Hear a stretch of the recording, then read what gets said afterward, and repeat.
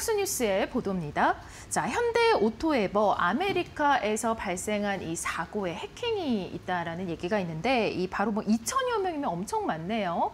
자, 현대 제네시스 미국 법인 직원들의 이 민감한 정보가 유출이 된 이러한 소식인데 사회 보장 번호 그리고 운전면허 정보까지 모두가 노출이 됐다라는 얘기가 들려옵니다.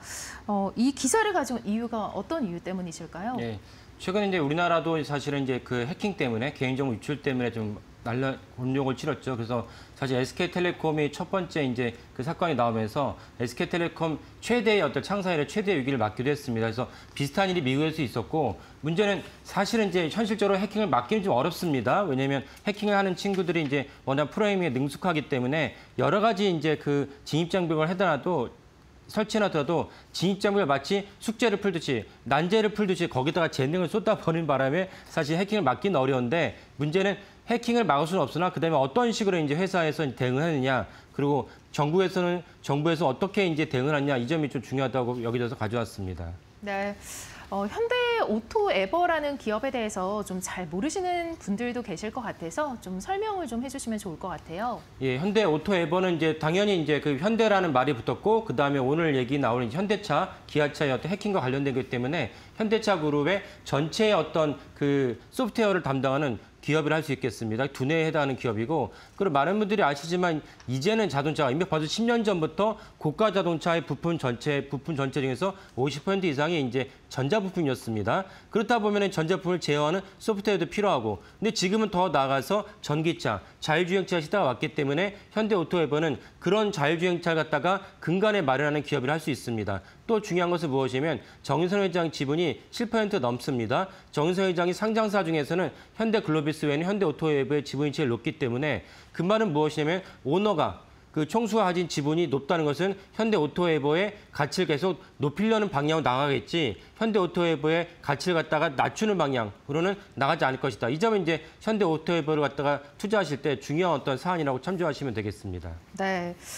자, 어느 정도 해킹을 당했는지 그 범위가 좀 궁금해집니다. 앞서 말씀드린 대로 좀 상당히 큰 것으로 예상이 되는데요. 예, 맞습니다. 일단은 이제 그 현대오토에버의 팍스뉴스의 보도에 따르면 이제 올해 2월부터 3월까지 이제 개인정보 유출 해킹 사고가 있었는데 전현직 임직원의 한 2,000명에 대한 개인정보 유출됐다. 근데 결국 이제 핵심 뭐냐면 고객 정보가 유출되지 않았다는 게 현대의 입장입니다. 그 현대의 입장이면 자세히 조사해봐야 알겠죠. 그 더 중요한 것은 무엇이냐면은 그 현대오토에버 같은 경우도 미국 같은 경우 이제 해킹이 됐다는 걸 인지하면 바로 이제 그 외부에 알려줘도 되는데 그 점을 갖다 지키지 않았다는 것이 문제가 됩니다. 그러니까 해킹을 당할 수 있는데 해킹을 당한 다음에 우리 해킹 당했으니까 관련되신 분들은 어떤 조치를 취하세요. 바로 얘기를 했어야 했는데 바로 즉각적으로 말하지 않았다. 이 점이 또 중요하다고 하겠습니다. 네, 유출된 정보에는 사회보장 번호라는 것도 있는 것으로 전해지는데 이게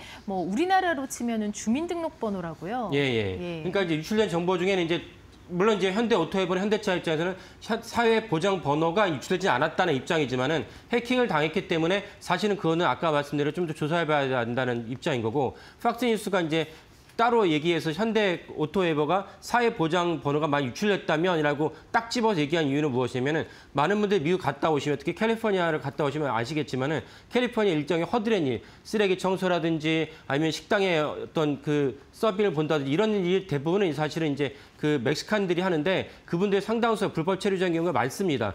불법 체류자가 오래됐기 때문에 그거 갖다가 이제 너는 너네나 돌아가라 말하는 자체가 사실 현실 갖다가 잘 모르는 거다. 그러면 그분들이 미국에서 경제활동하니까 경제활동하면서 미국 국적자가 아니니까 대신 이제 부여받는 번호가 사회보장 번호입니다. 그래서 이제 사회보장 번호가 중요하다 이렇게 볼 수가 있겠습니다.